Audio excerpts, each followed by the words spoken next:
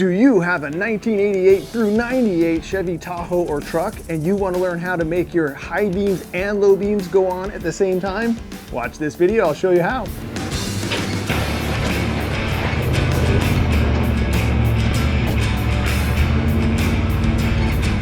Howdy guys, I'm AutoEdits Jason, and today I'm going to show you how to install this painless dual burn headlight relay for any 88 to 98 GM truck or Tahoe. This thing's going to be really handy to solve this little problem right here. Get your headlights on, everything's good, you want to go to high beams, and it turns off the low beam and turns on the high beam. Not so good, you want both on. So this little relay, super easy to install. The painless kit we're going to be installing today is like 24 bucks on Amazon. I'll put a link in the description as usual, and it's going to be a really easy install. Basic tools, basic hand tools. So here's what you get in this little package here in this little kit. You get the relay holder, a fuse holder, all the wiring that you're going to need right here, and then the actual relay, and then some wire taps and some connectors and a couple of self-tapping screws. Basically everything you're going to need to get this done. It's really quite simple and genius. The wires that we're going to tap into are the headlight wires, and they are in this loom right along this fender well on our trucks.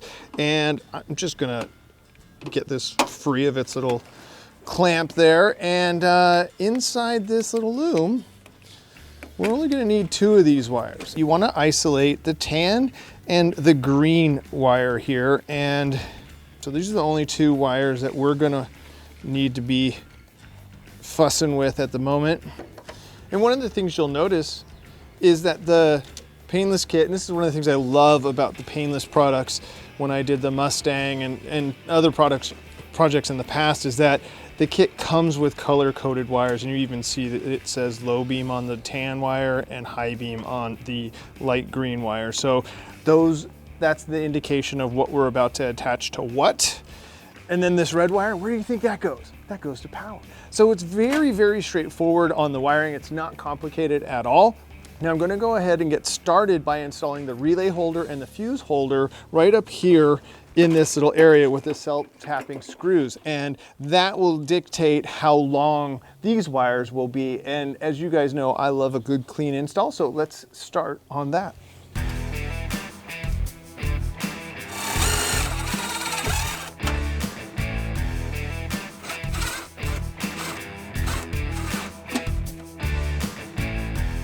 Boom, looks good. So we'll go ahead and get this relay in place. When you go to high beam, it just cuts power to the low beam on the normal wiring circuit. So this just senses that and then just sends full power back to the low beam. So you have both on full independent power sources. Really smart, really clever little way, super simple. Now I normally don't like to use wire taps like this. I just fancy myself a more permanent install guy and would just strip this and solder these wires in place. But I want to just use this kit and demonstrate the kit as it comes on this one.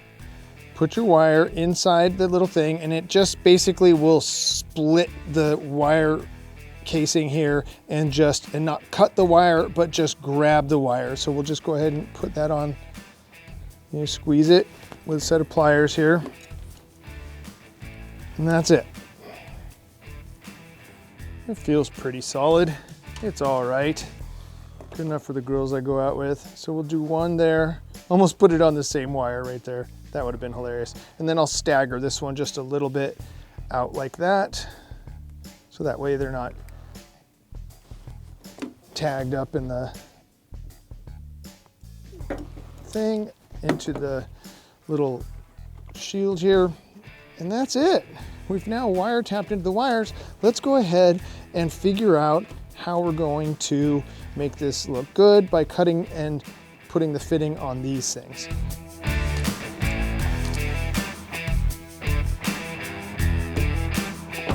I always like to give it a little tug just to make sure that that's not going to just pull right off. It's a good habit to get into, especially when you're not soldering. That's one of the reasons why I actually just like to solder pretty much everything, all the connectors I do. So let's just make sure Got a solid bite there. Got a solid bite there, just giving it a tug. That's what she said. So what I'll do now is, since I just want everything to look good, I'm gonna go ahead and put a little bit of this wire cover on it, this little sheath. I think it's gonna make a difference in the looks for sure. It's gonna just look like it's supposed to be that way.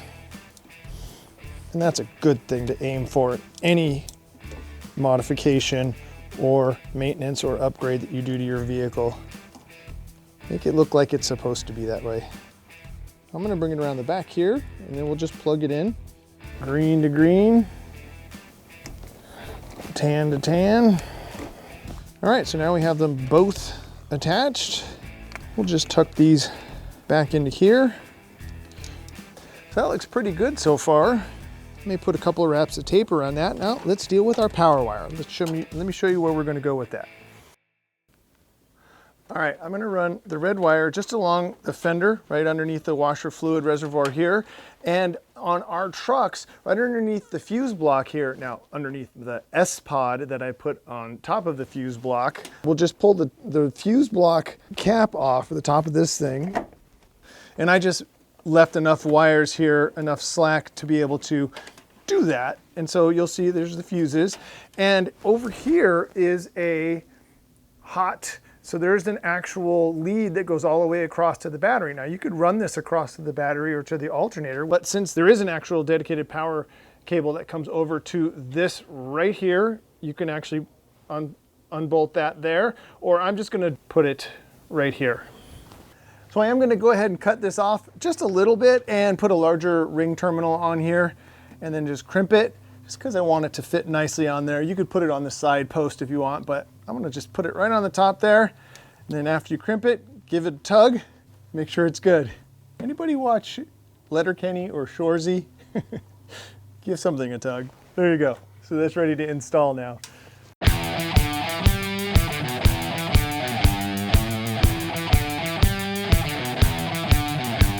Then we can put our fuse block lid right back on. And time to test. So there's the install. Looks super clean. I'm not offended by that at all. Time to give her a test.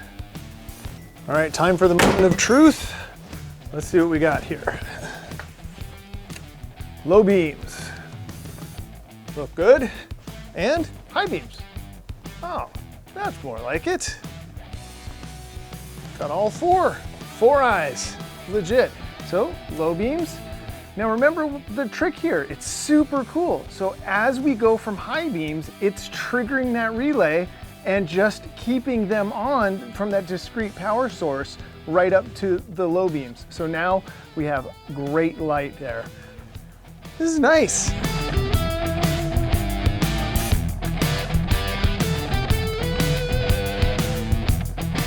There you go. Very easy, high reward, upgrade to your rig. I hope you all try that. It's an affordable one and it has a really practical use now. My kind of medium term review of the aux beam LEDs inside here, the low beams are fantastic around town. I find the low beams with my new fog lights here, the Baja Designs fog lights, are amazing around town. We've had torrential rains here in Southern California, so I've been commuting back and forth from downtown back up here to home, and it's great.